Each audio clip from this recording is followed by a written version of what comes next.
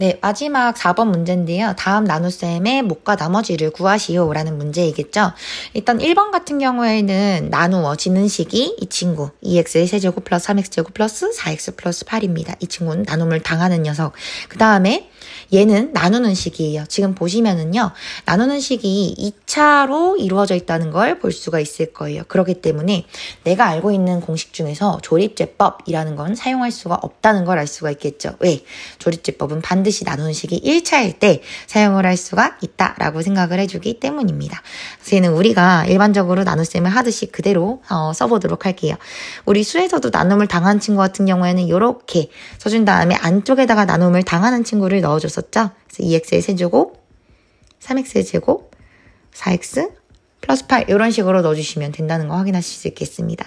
그 다음에는 x제곱 플러스 x 마이너스 6으로 나누기 때문에 나누는 식을 앞에다가 써줄 거예요. 이제 우리는 만들어내기를 무엇을 만들어낼 거냐. 2x제곱 가장 큰 녀석을 만들기를 누구로? 가장 큰 놈으로 마찬가지로 만들어낼 거예요. 그럼 x제곱에다가 무엇을 곱해야지만 2x제곱을 만들 수 있냐라고 한다면 2x를 곱해줘야겠죠. 그럼 2x를 곱한 식을 그대로 여기에다가 다 각각을 곱한 다음에 아래쪽에 써주시면 되겠습니다. 써주시면은 2x의 세제곱 그 다음에 2x제곱 마이너스 12x가 된다는 걸 알 수가 있겠죠. 아래쪽에는 우리가 일반적인 나눗셈 알고리즘을 하듯이 빼서 그대로 써주시면 되겠습니다. 동량끼리 우리가 다항식 정리해 주신다면은요. 결국 x제곱 한 개 남을 거고요. 그 다음에 4x에 마이너스 12x니까 플러스 16x 있을 것 같습니다. 나누는 식의 항이 지금 개수가 3개이기 때문에 마찬가지로 여기에도 또 3개의 항을 그대로 꺼내주시기 위해서 위에 있는 8을 그대로 내려주겠습니다. 그래서 플러스 8 이렇게 만들어주셨을 때 똑같이 지금 나눔을 당하는 친구가 지금 x제곱이 가장 큰 항이기 때문에 x제곱에서 x제곱 만들어 볼게요.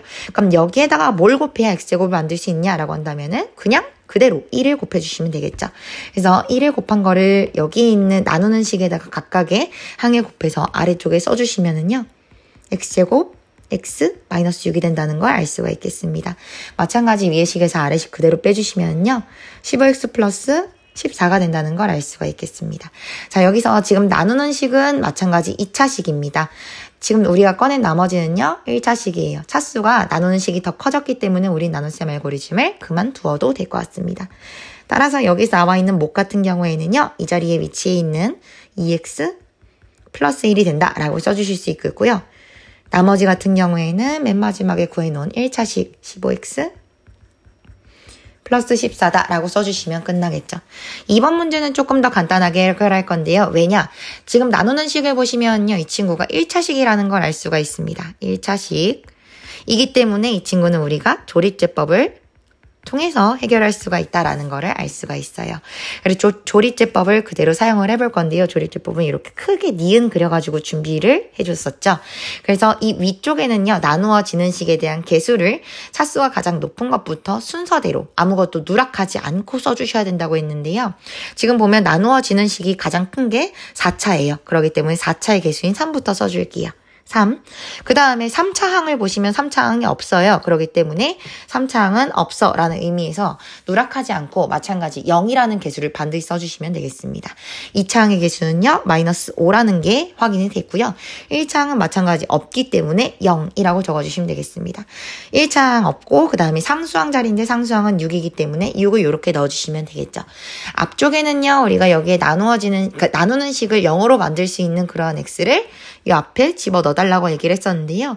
지금 x-1이 0이 되기 위해서는 x가 1이 돼야 되기 때문에 앞쪽에는 1을 집어넣어주도록 하겠습니다. 조립제법에 대한 알고리즘 같은 경우에는요.